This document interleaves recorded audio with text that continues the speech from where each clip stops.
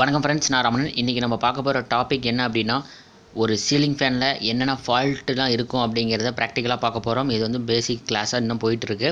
So இப்போ பார்த்தீங்கன்னா இந்த ஃபேனில், அதாவது சீலிங் ஃபேனில் என்னென்னலாம் ஃபால்ட்டு வரும், அதை எப்படிலாம் வந்து நம்ம கண்டுபிடிக்கணும் அப்படிங்கிற ஒரு பேசிக் கிளாஸ் தான் நம்ம வந்து இந்த வீடியோவில் பார்க்க போகிறோம்.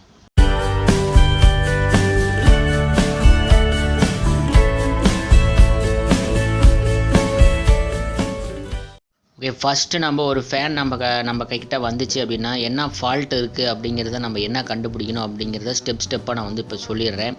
ஃபஸ்ட்டு பார்த்தீங்கன்னா ஜஸ்ட்டு நம்ம டீட்டெயில்ஸை தெரிஞ்சு வச்சுக்கலாம். இது வந்து என்ன பிராண்டு மாடலு, அதனுடைய ரேட்டிங்ஸ்லாம் என்ன அப்படிங்கிறத ஜஸ்ட்டு நம்ம பார்த்து வச்சுக்கலாம்.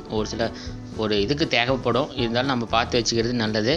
ஓகே, இதில் வந்து இப்போ வந்து என்ன ஃபால்ட் இருக்குது அப்படிங்கிறத நான் ஒவ்வொன்றா சொல்லிடுறேன். ஒரு ஃபேன் எடுத்துக்கிட்டால் என்னென்னலாம் வரும் அப்படிங்கிறத ப்ராக்டிக்கலாக நம்ம இப்போ பார்க்க போகிறோம். ஓகே, ஃபஸ்ட்டு பார்த்தீங்கன்னா கெப்பாசிட்டரை வந்து நம்ம செக் பண்ணணும். கெப்பாசிட்டர் ஃபால்ட்டு வர்றது இருக்குது. ஸோ கெப்பாசிட்டரை வந்து நம்ம கழட்டிடலாம். கெப்பாசிட்டருடைய வேல்யூ வந்து நம்ம நோட் பண்ணணும். மேக்ஸிமம் பார்த்தீங்கன்னா 2.5 மைக்ரோ ஃபராட் போட்டிருப்பாங்க, அப்படி இல்லைன்னா 2 போட்டிருப்பாங்க, இல்லைன்னா 3 போட்டிருப்பாங்க. ஓல்டு மாடலுக்குலாம் 3 வரும். இப்போ நான் ஆல்ரெடி சொன்ன மாதிரி இதில் வந்து பார்த்தீங்கன்னா 2.5 இல்லைன்னா 2 போட்டிருக்கலாம். முன்ன வர ஃபேனுக்கெலாம் 3 போட்டிருந்தாங்க. இந்த சீலிங் பார்த்தீங்கன்னா ஃபுல் வீடியோஸ் நிறையா போட்டிருக்கேன். அதனுடைய ஒவ்வொரு வீடியோவும் பார்த்தீங்கன்னா நான் கீழே டிஸ்கிரிப்ஷனில் கொடுத்துட்றேன். நீங்கள் வந்து அது பார்த்துக்கோங்க, உங்களுக்கு ரொம்ப யூஸ்ஃபுல்லாக இருக்கும். இது வந்து கெப்பாசிட்டன்ஸ் மீட்டரை வச்சு தான் நம்ம வந்து செக் பண்ணணும். அப்படி இல்லையா புதுசாக வந்து மாற்றிடுறது நல்லது. Next capacitor clamp. இந்த கெப்பாசிட்டர் கிளாம்பில் பார்த்தீங்கன்னா என்ன ஃபால்ட்டு வரும்னு கேட்டிங்கன்னா அந்த கான்டாக்ட் ப்ராப்ளம் வரும். கான்டாக்ட் ப்ராப்ளம் எதனால் வருது அப்படின்னா, உள்ளுக்குள்ளார ஒரு ஸ்க்ரூ டைப் மாதிரி போட்டிருப்பாங்க இல்லையா, அதில் வந்து மரம் வந்து போயிருக்கும். மரம் எதில் போயிருக்கும் அப்படின்னா அந்த ஸ்கொயர் டைப்பில் உள்ள ஒன்று இருக்கும், அதில் பார்த்தீங்கன்னா மரம் போயிருக்கும். நம்ம வந்து டைட் வச்சா வந்து டைட் ஆகாது, சுற்றிக்கிட்டே தான் இருக்கும். ஸோ அப்போ என்ன ஆகும் அப்படின்னா அந்த இடத்துல லூஸ் கான்டாக்ட் ஆகும். அப்படி லூஸ் கான்டாக்ட் ஆகும்போது என்ன ஆகும்னா ஃபேன் வந்து விட்டு ஓடலாம், இல்லை அப்படின்னா ஆம்ப்ஸ் அதிகமாக எடுக்கலாம், அப்படி இல்லைன்னா ஃபேன் வந்து ஒரு சில டைம் ஓடாமல் போகலாம். இந்த மாதிரி பிரச்சனைகள்லாம் வரும். ஸோ இந்த கிளாம்ப்லேயுமே பார்த்திங்கன்னா நிறைய பிரச்சனைகள் வர்றதுக்கு வாய்ப்பு இருக்குது. நெக்ஸ்ட்டு நம்ம என்ன பார்க்க போகிறோம் அப்படின்னா, சாஃப்ட் பெண்ட் இருக்கா இல்லை பாடியில் ஏதோ பெண்ட் இருக்கா அப்படிங்கிறத பார்க்க போகிறோம். இது பார்த்திங்கன்னா பாடியில் பெண்ட் இருக்க மாதிரி தெரியுது, இல்லை சாஃப்ட்டில் பெண்ட் இருக்க மாதிரி தெரியுது. ஏன்னா ஒரு சைடில் நம்ம நிற்க வச்சோம் அப்படின்னா திரும்பவும் அது ஒரு டைரெக்ஷன்லேயே போய் நிற்கிது அப்படின்னா இது வந்து ப்ராப்ளம் இருக்குது அப்படின்னு அர்த்தம். பாருங்கள், இது வந்து எங்கேயோ ஒரு இடத்துல பெண்ட் இருக்குது, பாடி பெண்டாக இருக்கலாம், இல்லை அப்படின்னா ஷாஃப்ட்டில் பெண்ட் இருக்கலாம். ஸோ இதை வந்து நம்ம கரெக்டாக வந்து நம்ம செக் பண்ணிக்கிறது நல்லது. இந்த இடத்துல ஏதோ ஒன்று சில டைம் உடஞ்சிருக்கலாம், கிராக் ஆகிருக்கலாம். அப்படி இல்லை அப்படின்னா பேக் சைடில் கிராக் ஆகிருக்கலாம். இது பார்த்திங்கன்னா பேக் சைடில் கிராக் ஆகிருக்கு. பாருங்கள், ஒரு பெரிய கிராக் இருக்குது. ஸோ அதனால தான் வந்து அந்த சாஃப்ட்டு நம்ம நிற்க வைக்கக்கூடிய இடத்துல நிற்கலை. ஸோ இது வந்து நம்ம இன்னொரு ஃபால்ட்டுன்னு சொல்லலாம். இது வந்து ஃபால்ட்டு பார்த்திங்கன்னா ஒன்று பாடிலையும் வரும், அப்படி இல்லைன்னா சாஃப்ட் பெண்ட் இருந்தாலும் நமக்கு இந்த மாதிரி ஒரு இடத்துல வந்து இந்த சாஃப்ட் வந்து நம்ம நிற்க வைக்கிற இடத்துல நிற்காது. நெக்ஸ்ட்டு பார்த்திங்கன்னா இந்த 3 ஸ்க்ரூவையும் நம்ம என்ன பண்ண போகிறோம்னா ஸ்க்ரூ டிரைவரை போட்டு கழட்ட போகிறோம். கழட்டிட்டு இந்த பாடியை வந்து நம்ம எப்படி ஓப்பன் பண்ணணும் அப்படிங்கிறத, இதை ஈஸியாக வந்து நம்ம ஓப்பன் பண்ணணும் அப்படிங்கிறத நான் சொல்லிடுறேன். ஓகே, இது பார்த்திங்கன்னா 3 ஸ்க்ரூ வந்து நம்ம கழட்டியாச்சு. இந்த ஸ்க்ரூவை கழட்டி எடுத்த பிறகு நம்ம இதை எப்படி ஓப்பன் பண்ணணுங்கிறத பார்க்கலாம். அதுக்கு முன்னாடி ஒரு சின்ன டிப்ஸ் மாதிரி தான், நம்ம புதுசாக வந்து நம்ம ஒர்க் பண்ணுறோம் இல்லையா, ஸோ அதனால் இந்த மாதிரி ஒரு மார்க் போடுறது நல்லது. ஏன்னா நாளைக்கு ஃபிட்டிங் பண்ணும்போது, நாளைக்கு நீங்கள் ஒரு 5-6 நாள் கழிச்சு கூட ஃபிட்டிங் பண்ணுவீங்க. ஸோ நம்ம ஃபிட் பண்ணும்போது திரும்பவும் அதே ஒரு டைரெக்ஷனில் ஃபிட் பண்ணால் நமக்கு சீட்டிங் ஈஸியாகிடும். ஸோ இது ஒரு சில ஃபேன் பார்த்திங்கன்னா இப்படி தூக்கி 2 ஆட்டினாலே ஃபேன் வந்து கழண்டு வந்துடும் பாடிலாம். ஸோ இது வந்து கழண்டு வரல அப்படின்னா இந்த மாதிரி மேலே சாப்பிட்டு பிடிச்சிட்டு கீழே தட்டினீங்க அப்படின்னா அந்த நம்ம கொடுக்குற ஃபோர்ஸ்னால இந்த மேல் கவர் மட்டும் மேலே தூக்கிட்டு வரும். அப்போ நமக்கு கீழே வந்து நமக்கு பாடியில் கேப் கிடைக்கிறதுக்கு வாய்ப்பு இருக்குது. ஸோ பார்த்தீங்கன்னா இதில் வந்து நமக்கு கேப் கிட்டத்தட்ட ஒரு 1/2 இன்ச் கேப் நமக்கு கிடச்சிருக்கு. இந்த கேப்பை யூஸ் பண்ணி நாம் கையில் இந்த மாதிரி எடுக்கலாம். அப்படி இல்லை ரொம்ப டைட்டாக இருக்குன்னா ஒரு 2 லிவர் அல்லது ஒரு 2 பட்டையை யூஸ் பண்ணி நம்ம என்ன பண்ண போகலாம், நல்லா வச்சு நெம்பலாம். இந்த மாதிரி நெம்புனீங்க அப்படின்னா மேலே அந்த பாடி வந்து தூக்கிட்டு வந்துடும். அதுக்கப்புறம் அந்த பாடியை வந்து நம்ம கழட்டிடலாம் ஈஸியாக. ஸோ இது வந்து காயில் இப்படி விடும்போது காயிலில் பட்டு அழுத்திடக்கூடாது. மெயினாக வந்து அந்த ரொம்ப ஒரு இன்ச் கேப்புக்கு தான் உள்ளே போகணும்.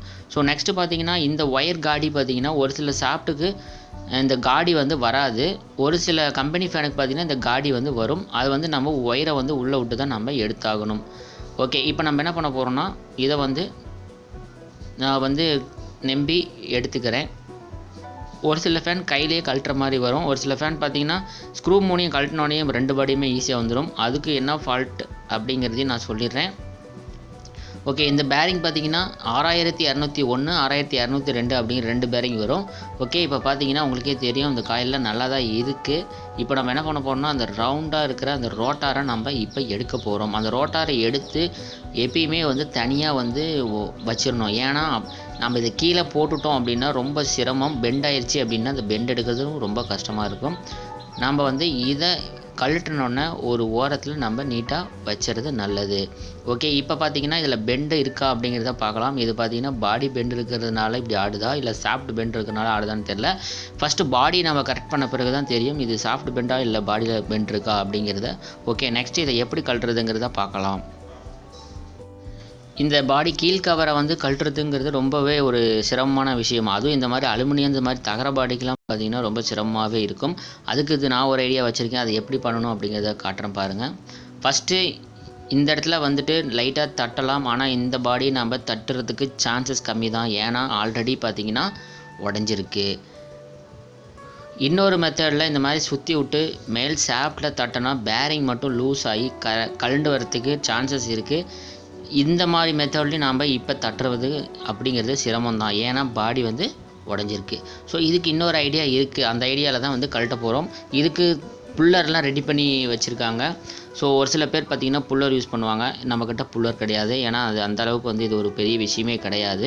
சரி, ஓகே, இப்போ நம்ம வந்து இது எப்படி தட்ட போகிறோம் அப்படிங்கிறது இன்னொரு மெத்தட் இருக்குது. அதையும் நம்ம ட்ரை பண்ணலாம். ஆனால் இந்த பாடிக்கு அது செட் ஆகாது. ஏன் அப்படின்னா இது வந்து அலுமினியம் பாடி அப்படிங்கிறனால அழகாக வந்து இந்த மாதிரி பண்ணிங்கன்னா ஓட்டை விழுந்துடும். ஸோ இந்த மாதிரி நம்ம பண்ணக்கூடாது. இந்த மாதிரி பண்ணணும் அப்படின்னா கண்டிப்பாக வந்துட்டு இந்த பாடி அழகாக வந்து ஓட்டை விழுந்து இந்த சாப்பிட்டு வெளியே வந்துடும். பாருங்கள், இது வந்து இன்னொரு டைப்பில் தான் நம்ம கழட்ட போகிறோம். இந்த மாதிரி ஒரு ஆங்கிளில் இந்த மாதிரி ஷேப்பில் வச்சுட்டு அதுக்கு நேர் ஆப்போசிட்டில் ஹேமர் யூஸ் பண்ணி நம்ம தட்டணும் அப்படின்னா இந்த பாடி ஒரு 3லேருந்து 4 அடிக்குள்ளே பாருங்கள் கலண்டு விழுந்துருச்சு. இது வந்து ஈவனாக ஃபோர்ஸ் கிடைக்கும். ஸோ அதனால் பாடிக்கும் எந்த டேமேஜாக இருக்காது. இந்த ஷாட் வந்து உங்களுக்கு தெளிவாக தெரியல அப்படின்னா சொல்லுங்கள். நான் உங்களுக்கு இது தனியாகவே ஒரு வீடியோவாக எடுத்து போடுறேன். இந்த மாதிரி கழட்டினா ஈஸியாக வந்துடும். அடுத்து பார்த்தீங்கன்னா பேரிங் வந்து கழட்டியாச்சு. இப்போ இந்த பேரிங் வந்து ஷாஃப்ட்டில் மாட்டி இருந்துச்சு அப்படின்னா இந்த மாதிரி ஒரு புல்லரை எடுத்து நாம் புல் பண்ணி நாம் இந்த பேரிங்கை கழட்ட போகிறோம். இது ஒரு சில பேரிங் பார்த்திங்கன்னா ஷாஃப்ட்லேருந்து சும்மாவே கழண்டு விழுந்துடும். அப்போ என்ன ஆகும் அப்படின்னா பேரிங்கில் ஃபால்ட்டு கிடையாது, ஷாஃப்ட்டில் தேஞ்சிருக்கு அப்படிங்கிறது அர்த்தம். ஓகே, இந்த பேரிங் பார்த்திங்கன்னா செக் பண்ணிக்கணும். பேரிங் நல்லா இருக்கா இல்லையா அப்படின்னு. பேரிங் நல்லா இருக்கா இல்லையா அப்படின்னு எப்படி செக் பண்ணலாம் அப்படின்னா பேரிங் சுற்றும் போது எந்த ஒரு சவுண்டு இருக்கக்கூடாது. மயமயன்னு ஓடுனுச்சு அப்படின்னா ஓகே.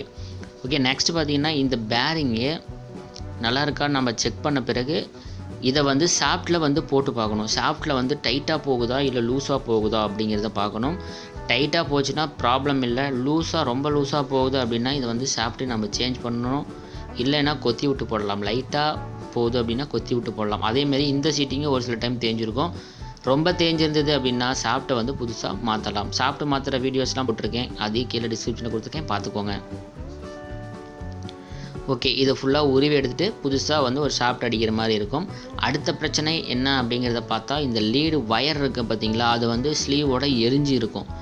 அது வந்து ஒரு பிரச்சனையாக வந்து அதிகமாக வரக்கூடியது. ஸோ இந்த லீடு ஒயரும் எப்படி போடணும் அப்படிங்கிறது நான் கீழே டிஸ்கிரிப்ஷனில் கொடுத்துருக்கேன். அதையும் நீங்கள் பார்த்து தெரிஞ்சுக்கோங்க. நெக்ஸ்ட்டு பார்த்தீங்கன்னா இதில் ஏதோ ஒரு செட்டு மட்டும் எரிஞ்சிருக்கும். அது வந்து அப்படி எரிஞ்சது அப்படின்னா ஃபுல்லாகவே நம்ம வைண்டிங்கை மாற்றுறது நல்லது. அடுத்து பார்த்திங்கன்னா இந்த மாதிரி ஸ்டாம்பிங் பார்த்திங்கன்னா பிரிஞ்சிருக்கும். ஸ்டாம்பிங்னா என்னென்னு தெரியும் உங்களுக்கு. இது முன்னாடி வீடியோஸ் பார்த்துருந்தீங்கன்னா என்னென்னு தெரிஞ்சிருக்கும். இந்த ஸ்டாம்பிங் பிரிஞ்சு இருந்துச்சுனாலுமே பார்த்திங்கன்னா நமக்கு கொஞ்சம் சிரமமாக தான் இருக்கும். ஓகே, அடுத்த கட்டமாக என்ன ஆகும்னா இந்த பேரிங் சீட்டிங் இருக்கு இல்லையா, அந்த சீட்டிங்கில் பேரிங் இப்படி வச்சா சும்மாவே போயிட்டு வரும். பார்த்திங்கன்னா ரொம்ப தேஞ்சு போயிருக்கும். அப்போ நம்ம என்ன பண்ணணும் அப்படின்னா இந்த பேரிங் எடுத்துகிட்டு போயிட்டு மேலே ஒரு ஈயத்தில் சால்டிங் பண்ணுவாங்க. அந்த மாதிரி பண்ணி நம்ம டைட்டாக வந்து அடிச்சிக்கலாம். ஓகேவா? ஓகே ஃப்ரெண்ட்ஸ், இந்த வீடியோ உங்களுக்கு பிடிச்சதுன்னா லைக் பண்ணுங்கள், ஷேர் பண்ணுங்கள். நம்ம சேனலை சப்ஸ்கிரைப் பண்ணாதவங்க சப்ஸ்கிரைப் பண்ணி வச்சுக்கோங்க. அடுத்த வீடியோ இந்த ஃபேனை பற்றியாவது ஒரு 4-5 வீடியோ பார்க்க போகிறோம். தொடர்ச்சியாக வாட்ச் பண்ணுங்கள்.